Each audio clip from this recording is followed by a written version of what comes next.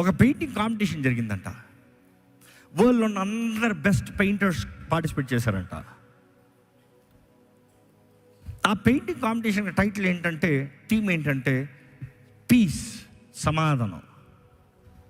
సమాధానం సమాధానం అనే టైటిల్కి అందరు పెయింటింగ్ చేశారంట.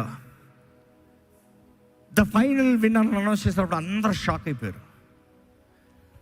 అండ్ దాని తర్వాత అందరూ ఈ షాక్ అయిపోయి క్వశ్చన్ చేశారు, ఇచ్చిన టాపిక్ ఏంటి, వేసిన పెయింటింగ్ ఏంటి, మీరు దానికి ఫస్ట్ ప్రైజ్ ఇస్తాం ఏంటి అన్నదప్పుడు ఆ ప్రైజ్కి అనౌన్స్ చేసిన ఆ జడ్జు అందరు నడిపించుకు తీసుకుని వెళ్తూ రెండు చెప్తానన్నాడంట. పీస్ అన్నదప్పుడు ఫ్యామిలీ హ్యాపీగా కనబడతాం, అందరూ సంతోషంగా ఎగురుకుంటున్నట్టు ఒక ఫోటో చూపించారు. నెక్స్ట్ లవ్ బర్డ్స్ కూర్చొని ఉంటాం, ఒక పెయింటింగ్. అట్లా ఒక్కొక్కరు బ్యూటిఫుల్ సీనరీస్తో చక్కటి చూసిన వెంటనే అన్న స్టైల్లో ఉందంట.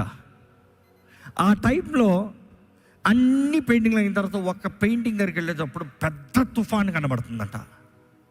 బయటకు చూసింది పెద్ద తుఫాను.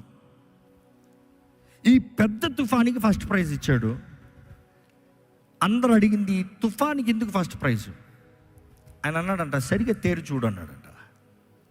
పెద్ద తుఫాను, వాడ విరిగిపోయి ఆ చెక్క మొక్కలన్నీ ఒడ్డు కొట్టుకుని ఉన్నాయి, చీకటిగా ఉన్నాయి, మెరుపులు కనబడుతుంది, అంత గందరగోళంగా ఉంది, ఇటంతా కొండలు ఉన్నాయి.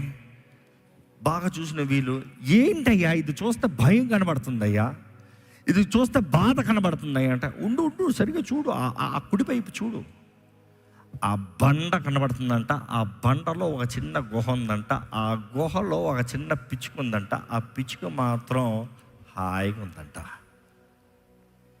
మనం అనేక సార్లు అనుకుంటాం, నిజమైన ఆనందం అంటే నా చుట్టూ అన్నీ బాగుంటే, నేను అనుకున్నట్టు పరిస్థితులు ఉంటే, నేను అనుకున్నదంతా కరెక్ట్గా జరిగితే, దెన్ ఐఎమ్ జాయ్ఫుల్.